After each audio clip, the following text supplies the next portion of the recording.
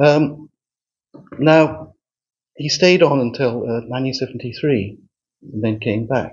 Now, the the importance of Bijoy Dibosh is the creation of a new country. It's the assertion of the will of the Bangladeshi people that was recognized through physical force. And I think that's a really important point. It wasn't recognized through any kind of concession. The Pakistanis, even today, still don't accept what happened, many of them. And so it was the assertion of force, but it was the assertion of sovereignty. And it was an important turning point in the world. It was the assertion of something new.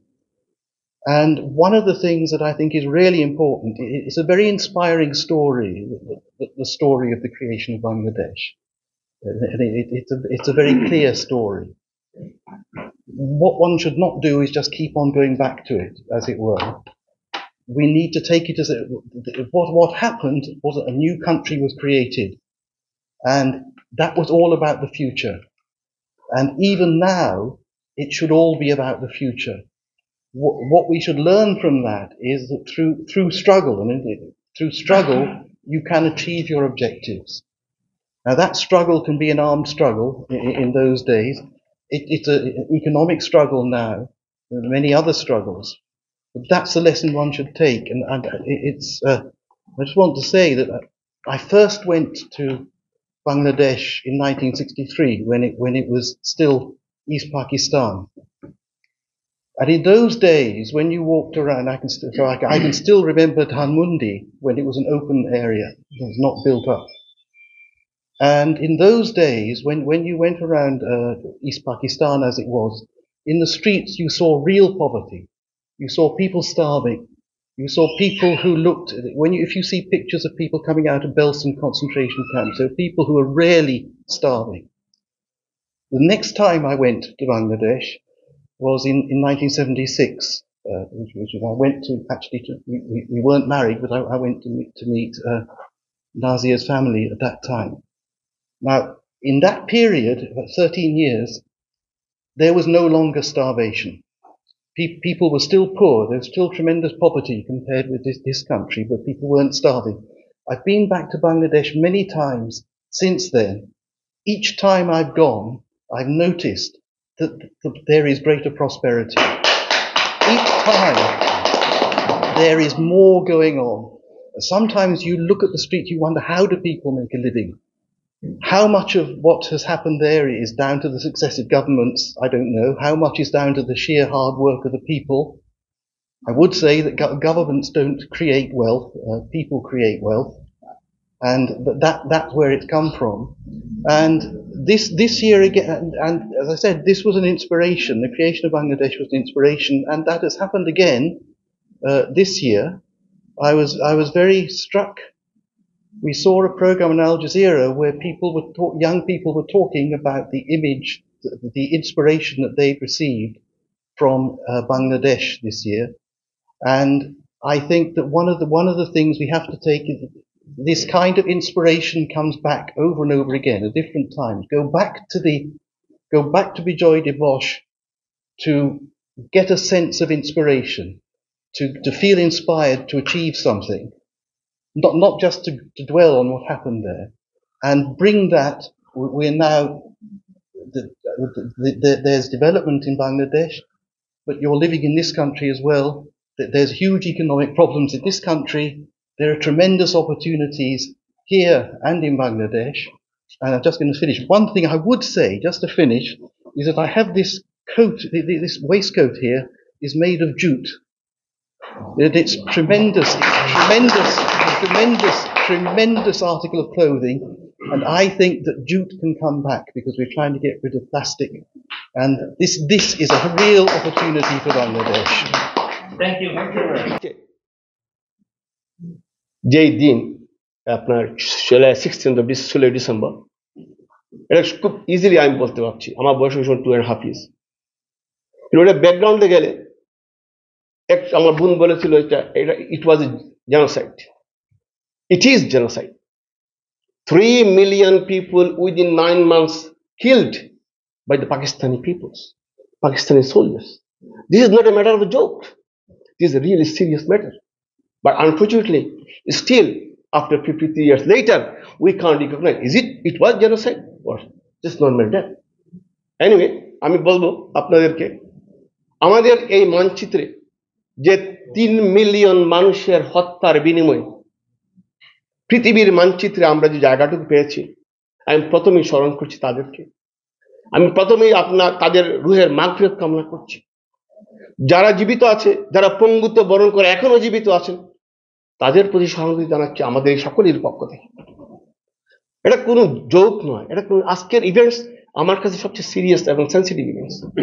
I been so many events, but এটা আমার জন্য এই কারণে, আমি যদিও এই দেশে থাকি কয়েক হাজার মাইল দূরে, কিন্তু আমরা এখনো, একটু আগে ভাই বলেছে, এখনো স্বাধীনতার স্বাদ পাইনি। আমাদের আজকের মেসেজ থাকবে to the Bangladesh, to the Bangladesh government, whoever the forming the government, আমার রিকোয়েস্ট থাকবে আমরা ওই 60টা যেন এখনো পাই। আমি না, আমার বয়স 56 রানিং, পরবর্তী জেনারেশন যেন পায়। আমি সংক্ষিপ্তভাবে বলবো, এটা আমার মেসেজ থাকলো বাংলাদেশের প্রতি। 71-এর পর থেকে যারা আসছে দেশপ্রেম খুঁজে পাইনি, আগামীতে যারা আসছে আমরা আশা করি যেন পাই। দেশপ্রেমটা যেন আমাদের বাংলাদেশে থাকে, মানুষের মধ্যে যেন নিরাপত্তা থাকে, মানুষের যেন সেফটি সিকিউরিটি বাংলাদেশে থাকে। 53 বছর বয়স নয় যোগ, পৃথিবীর অনেক দেশ অনেক কম সময় স্বাধীন হওয়ার পরেও আমাদের অনেক উপরে। আমি অনুরোধ করব, এই দেশে আমাদের যারা নেক্সট পরবর্তী জেনারেশন যারা আছে, গ্রোয়িং আপ হচ্ছে, তাদের জন্য কিছু কথা বলেছেন আমাদের এখানে কাউন্সিলর এবং আদার্স। আমারও অনুরোধ থাকবে আমরা যেন আমাদের ছেলে মেয়েদেরকে বুঝাই, উই আর বাংলাদেশি ন্যাশনাল। আমরা পিওর বাংলাদেশি না। আমাদের আজকের, আমি কংগ্রেস পার্টির প্রেসিডেন্ট, ওই লেবারের অনেকেই আছে, আপনারা জানেন কনস্টিটিউশন, এই দেশের কনস্টিটিউশন কোন লিগ্যাল কোনো অ্যাকচুয়ালি কোনো পার্মানেন্ট কনস্টিটিউশন নয়। জাতির জনক বঙ্গবন্ধুকেও, যার নেতৃত্ব ছাড়া হয়তো আমরা এই স্বাধীনতা কখনো পাইতাম না। আমার আসলে খুবই, I feel so privileged that I'm sitting next to a freedom fighter, and I know everyone talked about their lived experience, and I have a lived experience to share, but I know that we have very little time. I'm in between the refreshment and ending of this meeting, where the chair probably will be announcing the close of this meeting. But I would like to say my uncle, আমার মামা একজন মুক্তিযোদ্ধা ছিলেন।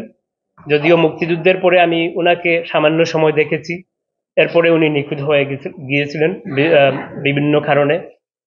এরপরে আমি ওনাকে আর দেখি নাই। আমার চাচারা এবং আমার বড় মামা, ওনারা যুদ্ধবন্দী ছিলেন।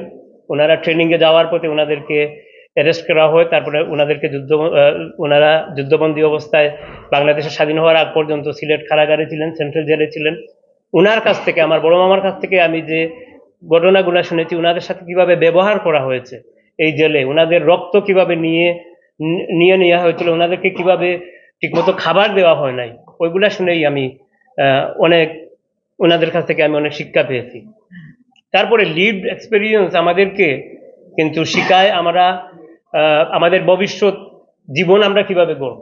আমি যখন ইউনিভার্সিটিতে এখানে স্টাডি করি, তখন আমার সাবজেক্ট সাইকোলজির একটা অ্যাসাইনমেন্টে আমাদেরকে বলা হয়েছিল যে তোমার ছোটকালের এমন একটা ঘটনা স্মরণ করে একটা অ্যাসাইনমেন্ট লেখার জন্য, যে how has that shaped your behavior and attitude today, and what have you done and what have you learned from that. I was a 4-year-old child at that time, when Bangladesh became independent. Bangladesh যখন বিজয় হয়, কিন্তু আমার দুই একটা ঘটনা মনে আছে। আপনারা যারা চিনেন আমাদের অঞ্চলকে, জগন্নাথপুর থানার সিরামিশি গ্রামের নাম আপনারা শুনেছেন, যেখানে আপনার বহু বড় one of the biggest genocide that took place, and it is only 1.5 mile away from my house. তো আমার বাড়ির উত্তর সীমানা থেকে বসে, আমার মায়ের কুলে বসে, যখন ওইখানে একজন ভদ্রমহিলা কবিতা আবৃত্তি করতেছিলেন, এটা আমাকে স্মরণ করে দিয়েছে ওই ঘটনাটা। আমার মায়ের কুলে বসে আমরা যখন দেখেছি যে সিরামিশি হাই স্কুলের উপর দিয়ে দাউ দাউ করে আগুন জ্বলতেছে, এই আগুনের শিখা কিন্তু এখনো আমার চোখে ভেসে উঠে। আমি যখন অ্যাসাইনমেন্টটা লিখি, আমি এই উদাহরণটা দিয়েছিলাম। আমি অ্যাসাইনমেন্ট যখন লিখি, আমি যখন কান্না করতাম, আমার মামারা জেলে ছিলেন, আমার তখন এখনো মনে আছে যে তখন একটা স্লোগান ছিল যে জেলের তালা ভাঙ্গিছে, শেখ মুজিবকে আনিছে। আমি কিন্তু রেডিওতে এটা শুনে আমি বলতাম জেলের তালা ভাঙ্গিছে, আমার বড় মামাকে আনিছে। এই কথাগুলো আমার এখনো মনে আছে। ছোট বাচ্চা হিসাবে আমি যখন এইগুলা বলতাম। আমি সংক্ষেপ করব এই কারণে যে অনেকেই আপনারা আছেন, আজকে আমি খুবই উদ্বেলিত এবং উৎসাহিত বোধ করছি যে এত মানুষ চলে এসছেন আজকে এই কিছু আলোচনা শুনবার জন্য। এটা বেসিক্যালি একটা সেমিনার, নাচ নাই, গান নাই, এ ধরনের কোনো কিছুই নাই। তাই আমি কথা না বাড়িয়ে, ডেভিড মেনশনড কনসেন্ট্রেশন ক্যাম্প, যুদ্ধের সময়কার ঘটনা। আর আমার খালাতো ভাই যুদ্ধে গেছিল, সেজন্য আমার খালুকে, এবং চাচাতো ভাই যুদ্ধে গিয়েছিল, সেজন্য আমার চাচাকে নৃশংসভাবে তারা হত্যা করেছিল রাজাকার আলবদরদের সহায়তায়, একেবারে যুদ্ধ জয়ের কিছু আগ মুহূর্তে, ডিসেম্বর মাসেই। তো সেইখান থেকে একটি মর্মস্পর্শী কবিতা আমি আবৃত্তি করতে চাই, যেটি হলো এই কনসেন্ট্রেশন ক্যাম্পের একটা বর্ণনা, ভিভিড বর্ণনা। লিখেছেন রুদ্র মোহাম্মদ শহীদুল্লাহ। কনসেন্ট্রেশন ক্যাম্প কবিতাটির নাম। তার চোখ বাঁধা হলো, বুটের প্রথম লাথি রক্তাক্ত করল তার মুখ, থেতলানো ঠোঁট জোড়া লালা রক্তে একাকার হলো, জিভ নাড়তেই দুটো ভাঙা দাঁত ঝরে পড়ল কংক্রিটে। মা গো, চেঁচিয়ে উঠল সে। 555 মার্কা আধ খাওয়া একটা সিগারেট প্রথমে স্পর্শ করল তার বুক। পোড়া মাংসের উৎকট গন্ধ ছড়িয়ে পড়ল ঘরের বাতাসে।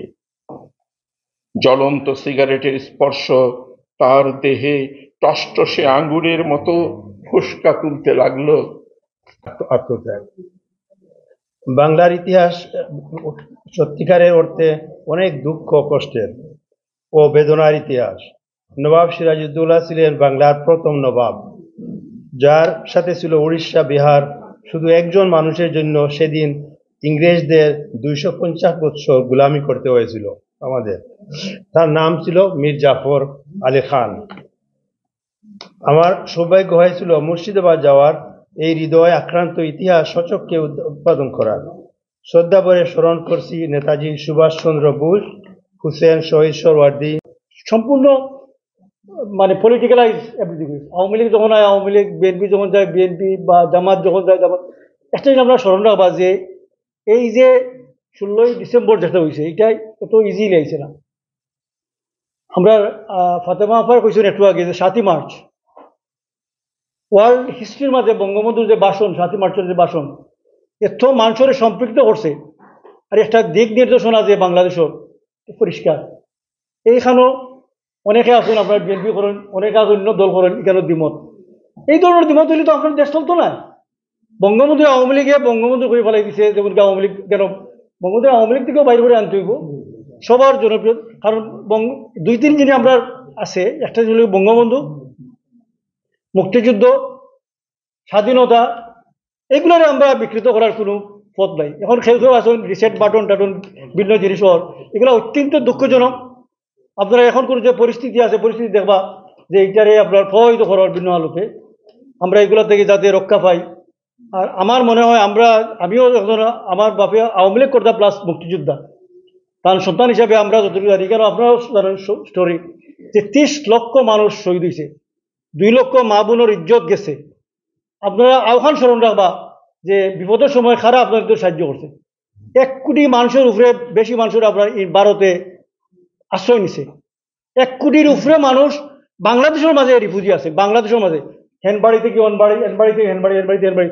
7 কোটি মানুষের মাঝে 3 কোটি মানুষ আপনার গেল গিয়ে এমনি ডিসপাজিয়া রইল কয় কোটি।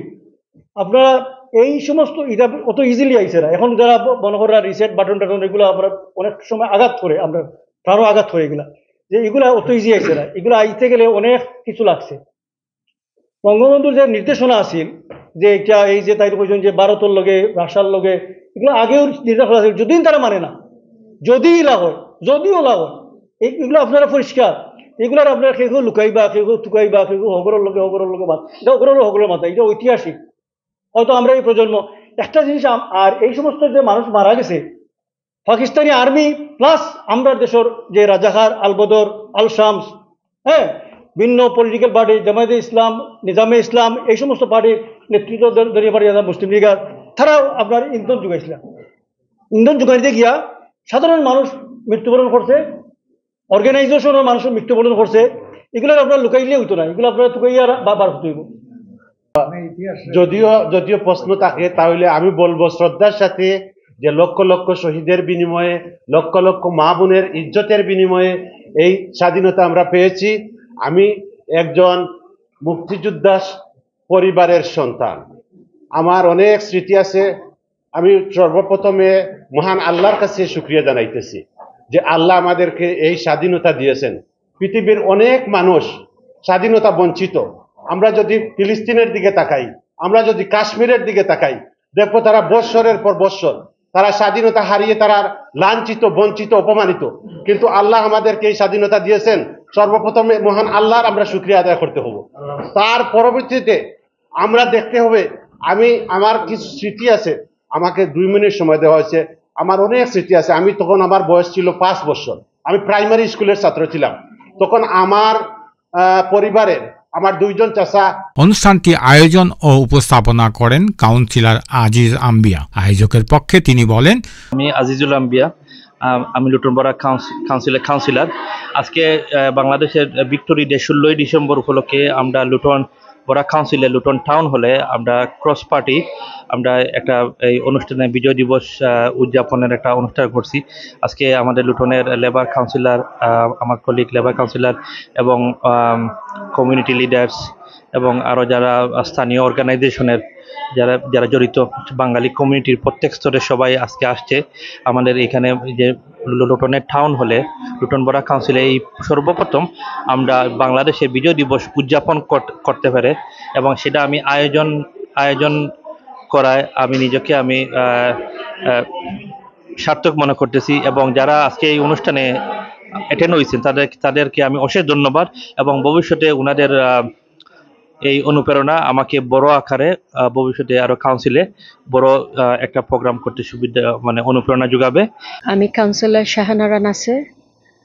আমরা এই প্রথমবারের মতো লুটনপাড়া কাউন্সিলের ভেতরে আমরা আমাদের 16ই ডিসেম্বর বিজয় দিবসটা পালন করতে পেরে আমরা খুবই গর্ববোধ করতেছি এবং আমরা ভবিষ্যতেও আশা করতেছি যে আমরা যাতে প্রতি কালচারাল প্রোগ্রামগুলা এখানে পালন করতে পারি।